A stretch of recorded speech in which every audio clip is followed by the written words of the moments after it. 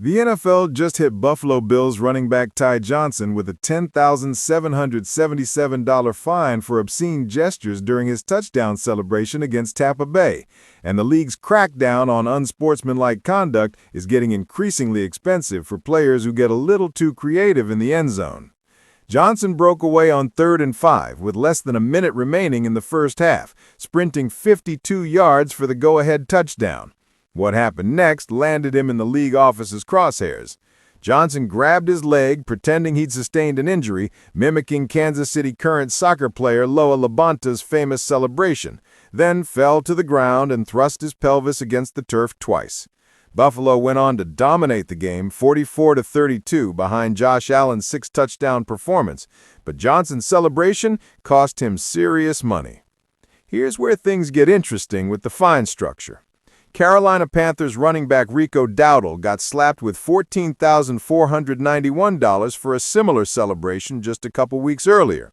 Dowdle did 2 pumps, thrusting his pelvis twice, while referencing the classic Key and Peele skit about excessive celebration.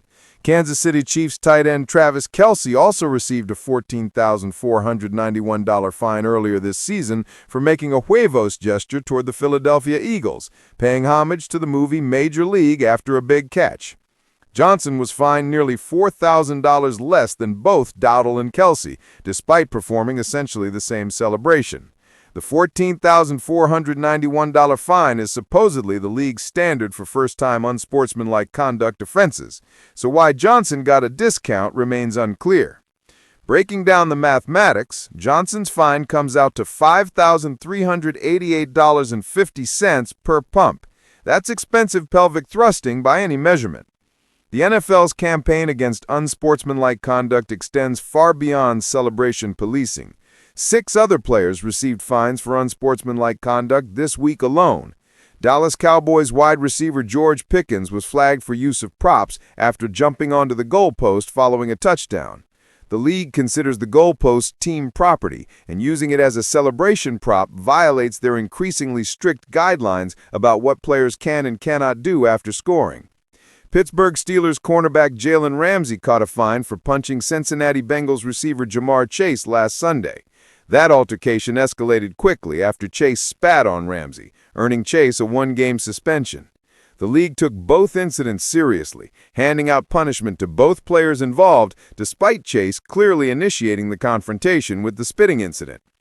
The crackdown reflects the NFL's ongoing tension between allowing players to express personality and maintaining what they consider appropriate conduct standards.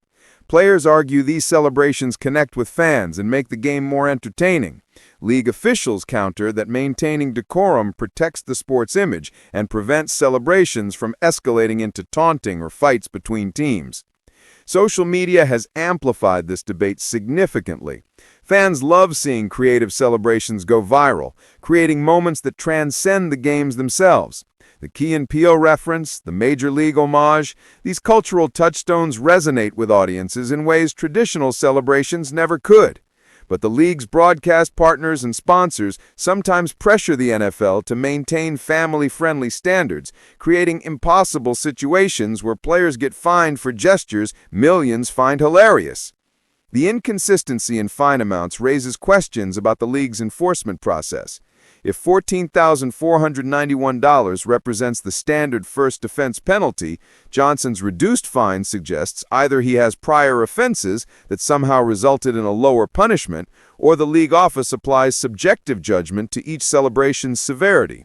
Neither explanation inspires confidence in consistent rule enforcement across all 32 teams.